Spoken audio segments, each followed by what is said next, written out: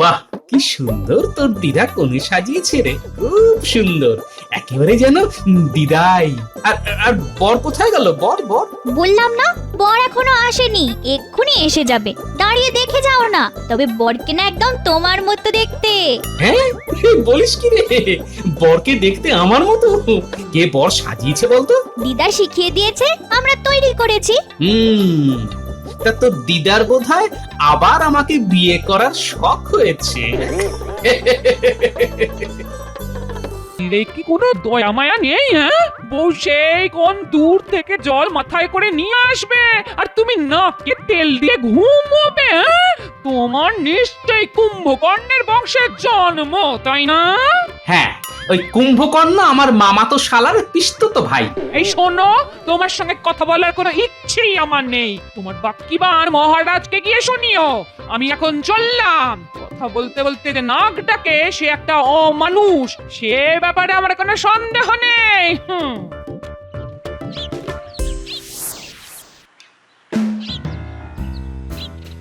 কি গো গোপালের গিন্নি, আজ এত দেরি হলো? আর বলো না গো, ঘরে কুম্ভকর্ণকে রেখে কি আর বার হওয়া যায়? হ্যাঁ, সে কি নাক ডাকারে বাবা, সিংহ শুনলে ভয় পেয়ে যাবে। হ্যাঁ, সকালের দিকে তো কাক পক্ষী ভুল করেও আমাদের বাড়ির আশপাশ এড়িয়ে যায়। হ্যাঁ, কি ঘুম কি ঘুম। জল আনতে যাচ্ছ? আমিও যাচ্ছি। চলো চলো চলো, একসঙ্গে যাই। আজ বড্ড দেরি হয়ে গেল। আসলে বাপের বাড়ি থেকে অনেক লোক এসেছে, তাদের সকালের খাওয়া খাইয়া এখন সময় পেলাম জল আনার। চলো চলো চলো, আজ খুব দেরি হয়ে গেল গো। হ্যাঁ রে, তোর খোপায় ওটা কি রে? কে দিল রে? নিশ্চয়ই হারান। তোকে লাগছেও খুব সুন্দর দেখতে, অত সুন্দর চুলে মানাবে না। ও গোপালের গিন্নি, এবার তোমার কর্তাকে বলো একটার উপর কাঁটা দিতে, মানাবে খুব। আমার কথা তো বিয়ের পর থেকে আমার দিকে ফিরেও তাকান, আর তিনি দেবেন রূপর কাঁটা। হ্যাঁ? কি বলবো আর তোমাদের, ওরকম হাড় কেটে লোক আমি জীবনে দুটো দেখিনি বাবা। হ্যাঁ,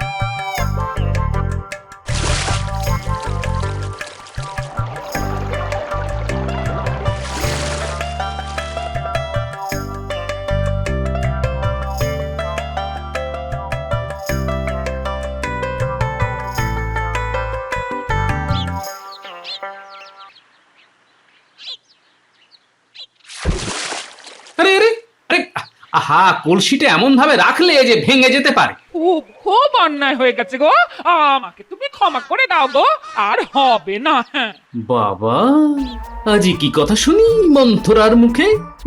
এই রোদে জল নিয়ে এসে কোথায় মুখ ঝামটা মারবে তা নয়, উল্টে মিষ্টি করে কথা বলছে। না না, ক্ষমা চাওয়ার কি আছে? তুমি কি আর ইচ্ছে করে করেছো? ভারী তো একটা মাটির হাড়ি, তার জন্য এত করে বলার কোনো দরকার নেই গিন্নি। মাটি বলে কি কোনো দাম নেই? হ্যাঁ, আজকাল মাটির দামও সোনার কাছাকাছি। হ্যাঁ, এই দেখো, আমি কি জানি না কত কষ্ট করে তুমি সংসার চালাও। হ্যাঁ, না না না না, নির্ঘাত কোনো ধান্দা আছে। ঠিক আছে, তুমি ডালে ডালে গেলে আমিও পাতায় পাতায় চলি। বলে ফেলো ধান্দাটা শুনি। ভাগ্যিস আমার ঘুমটা ভাঙিয়ে দিলে, নইলে যে কি কাণ্ড হতো। এমনিতেই রাজসভায় যেতে রোজ দেরি হয়ে যায়, আজ তো যেতেই পারতাম না, যা দেরি করে ঘুম থেকে উঠলাম। বাপরে বাপ, আজ হারানের বউয়ের চুলে দেখলাম একটা ভারী সুন্দর রূপোর কাঁটা। এই আমাকে একটা কিনে দেবে গো? হ্যাঁ, কাঁটা? রূপোর কাঁটা? হারানের বউয়ের চুলে? আমাকে আমাকে একটু জল দেবে গিন্নি? বুকটা না কেমন যেন ধরপড় ধরপড় করছে, শরীরটা খারাপ লাগছে। বৈদ্যকে একটু ডাকবে নাকি গো? যতদিন না আমার চুলের উপর কাঁটা ওঠে ততদিন আমি এই বাড়ির জলস্পর্শ করব না, এই আমি বলে রাখলাম। হ্যাঁ,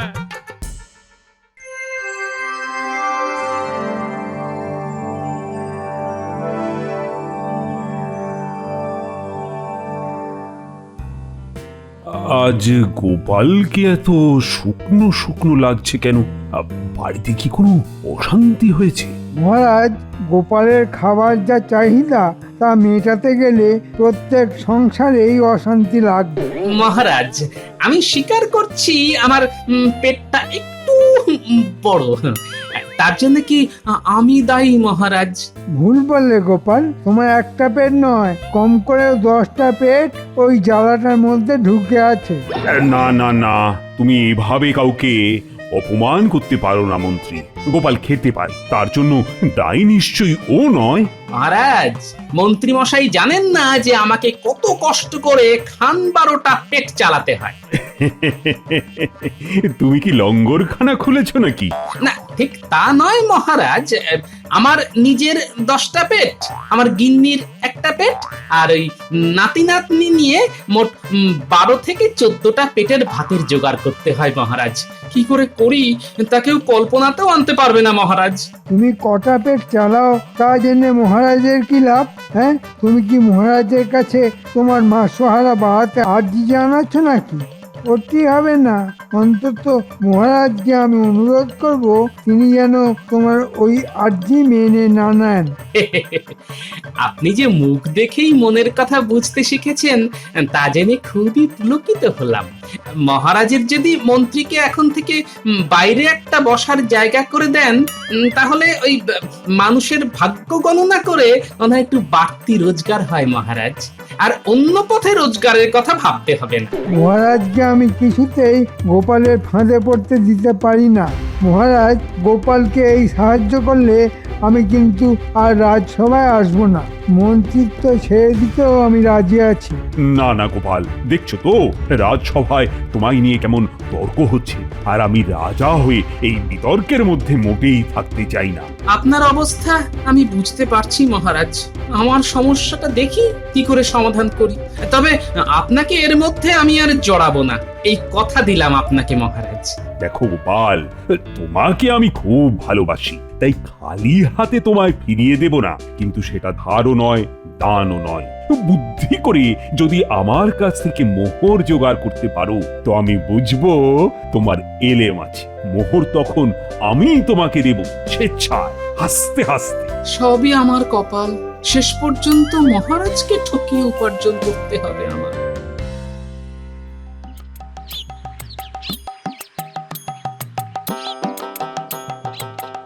দাদু দাদু দাদু, চলো না, আজ আমার পুতুলের বিয়ে।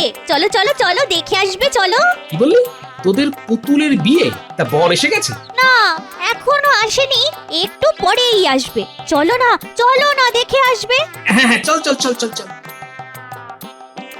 তা কোণে কে সাজালো? দিদা কি সুন্দর সাজিয়েছে, তা চোখে না দেখলে বিশ্বাসই করতে পারবে না। মনে হয় তোর দিদার কোণে সাজার শখ হয়েছে। কোণে সাজার শখ, পুতুলের বিয়ে। আচ্ছা আচ্ছা, হ্যাঁ হ্যাঁ হ্যাঁ, মাথাটা অল্প অল্প খুলছে মনে হচ্ছে। আরে তাই তো, এটা করলেই তো হয়।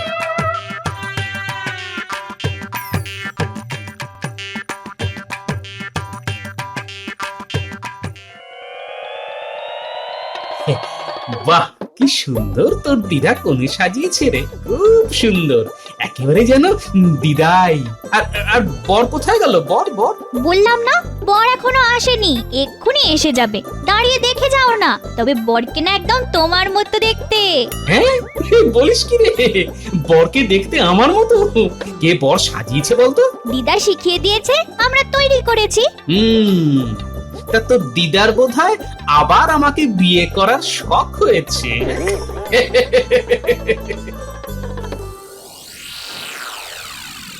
বুঝলে বউ, আজ গোপাল মহারাজের কাছে মোহর ধার চাইতে এসেছিল।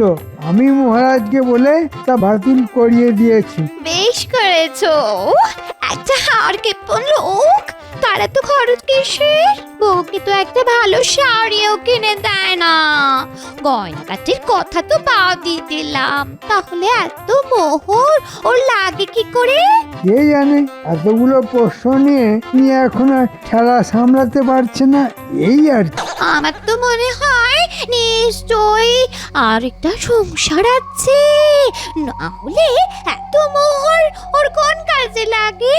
তা ঠিক কথাই বলেছ। দেখতে হবে ওর আলাদা কোনো সংসার আছে কিনা।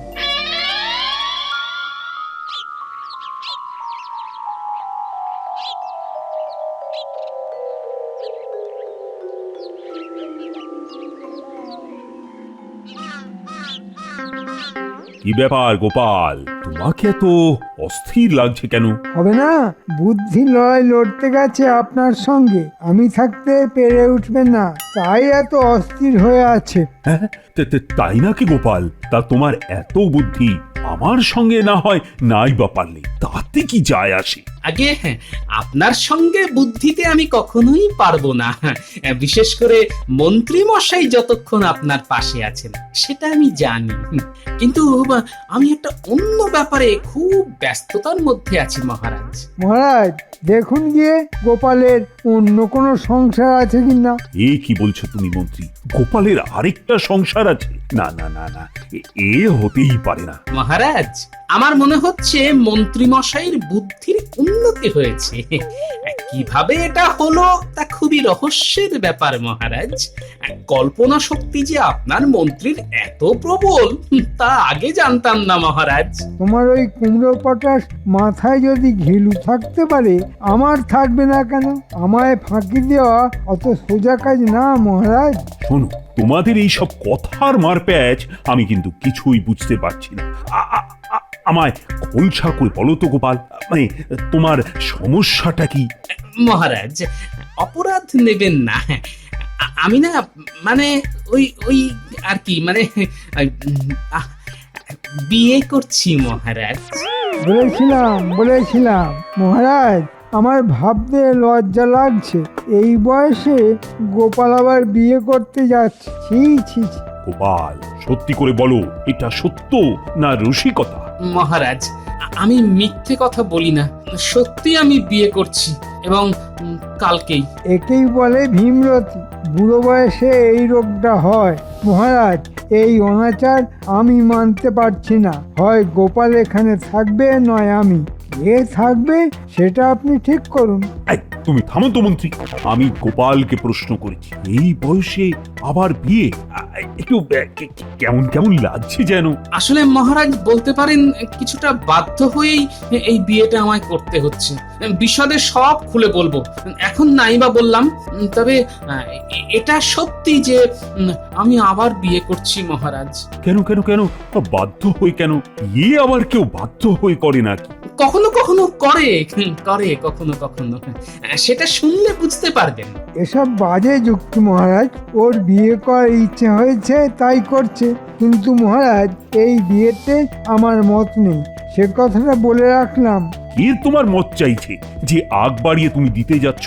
না মহারাজ, আপনার একজন গণ্যমান্য মন্ত্রী হিসেবে আমারও কিছু দায়িত্ব আছে, তা আমি অস্বীকার করতে পারছি না। আমি যতক্ষণ রাজ সিংহাসনে আছি তখন দায়িত্বটা তোমায় নিতে হবে না মন্ত্রী, আমি নেব। তা বলো গোপাল, বলো তোমার বউকে কবে আশীর্বাদ করতে যাব? মহারাজ বিয়ে কালকে, বউ আসবে পরশুদিন। খাওয়া দাওয়াটা আমার বাড়িতেই না হয় করবেন। সেদিন রাজসভার সবাইকে আমন্ত্রণ আমার গরিব কুটিরে।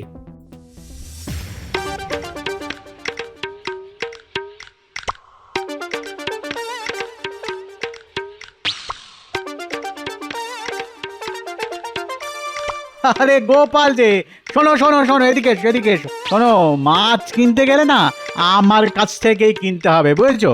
এখন লগনসার সময় তো মাছের যা দাম তুমি কুলোতে পারবে না, আরে আমার কাছ থেকে নিলে সস্তায় টাটকা মাছ পাবে। হ্যাঁ বুঝছো কিনা? তো কত কত মাছ লাগবে তোমার? কত? অনেক অনেক, তোমার কাছে যত মাছ আছে তা তো নেবই, দরকার পড়লে অন্য দোকান থেকেও নেব। আমার চাইতে ভালো মাছ এখানে কেউ দিতে পারবে না, বুঝছো কিনা? আর সস্তাতে তো নয়। দাও দাও দাও, যত পারো মাছ দাও, ভালো দেখে দেবে কিন্তু, নইলে বুঝতেই পারছো কি হবে।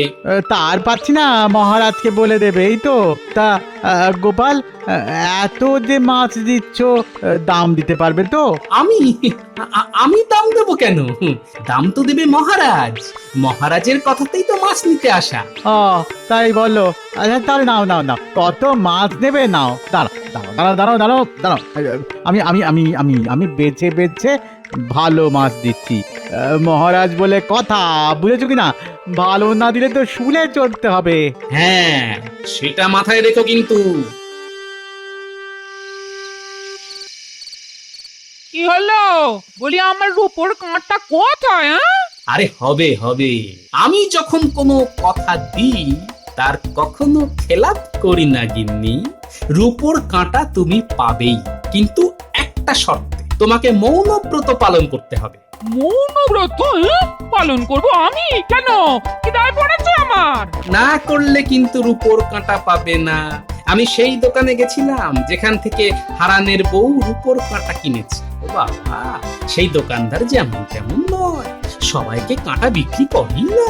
আগে তাকে দেখবে রূপোর কাঁটা কিনে তার মধ্যে কোনো অহংকার প্রকাশ পাচ্ছে কিনা। যদি একবারও সেটা দেখতে পায় তবে কাঁটা বিক্রি করবে না। হ্যাঁ, এমন তার নিয়ম। সে আসছে, তুমি ভালো শাড়ি পরে তার সামনে একদম চুপ করে থাকবে, বুঝেছো? না, কিছুতেই বুঝতে পারলাম না। রূপোর কাঁটার জন্য আমি সব মেনে চলবো, হ্যাঁ, তবে তাতে যদি না পাই তবে তোমার একদিন কি আমার একদিন। হ্যাঁ, হ্যাঁ, সেটা মনে রেখে যা বললাম তা অক্ষরে অক্ষরে মেনে চলবে, কেমন?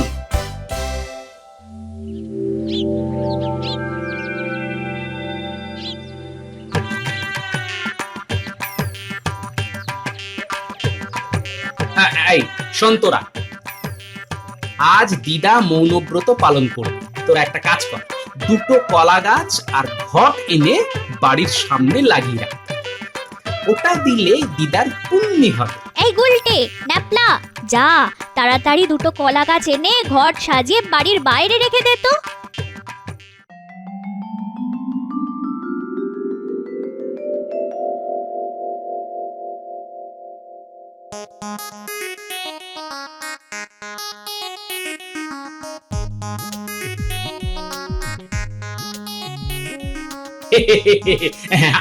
আসুন আসুন মহারাজ, আমার কি সৌভাগ্য, আজ আমার বাড়িতে আপনার পদধূলি পড়লো।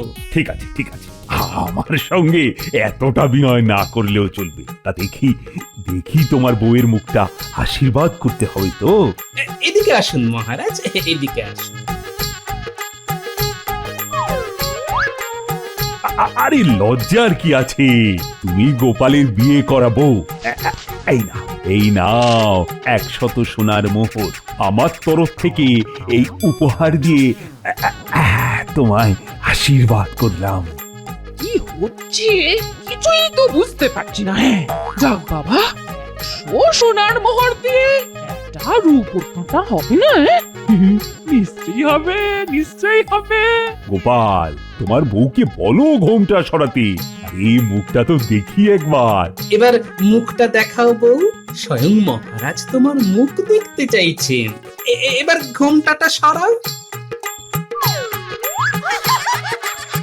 এ কি গোপাল, এ তো তোমার পুরনো বউ, কিন্তু তুমি যে বললে আবার বিয়ে করেছো।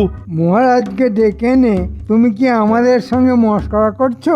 মহারাজ, এর একটা বিহিত হওয়া দরকার।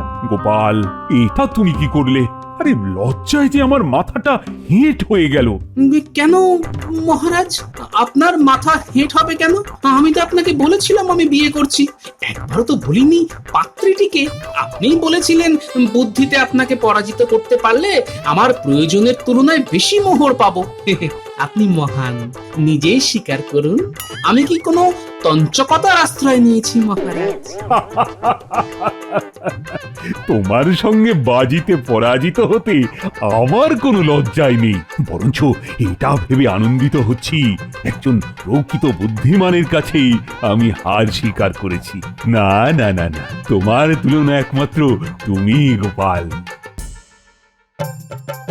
আরে তাড়াতাড়ি বলো, তোমার মাছের দাম কত পড়েছে? নাও নাও, এই 5 মোহর। এটা কিন্তু একটু বেশি দিলাম।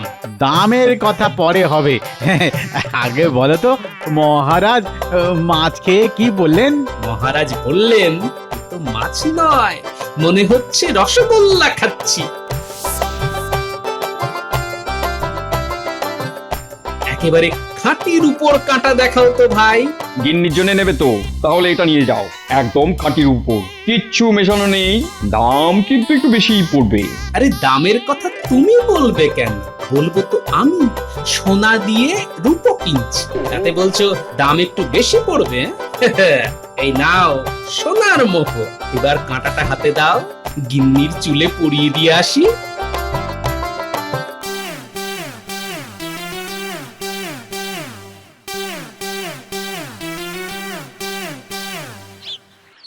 গিন্নি, অগিন্নি, অগিন্নি বলি গেলে কোথায়? এই দেখো দেখো কি এনেছি দেখো।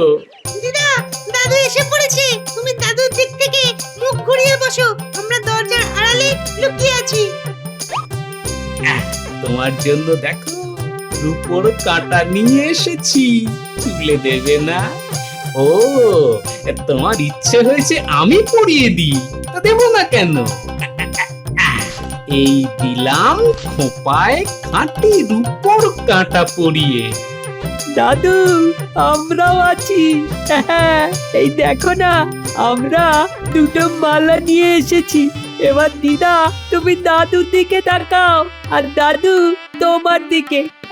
এই নাও মালা, দুজন দুজনকে পরিয়ে দাও। শুভ দৃষ্টি থেকে মালা বদল সব করতে হবে। রূপোর কাঁটা দিয়ে দাদু দিদার বিয়ে। দাদু বলল বুড়ি আমার মুখ পুরি, দিদা বলল বর তুমি কি আমার পর?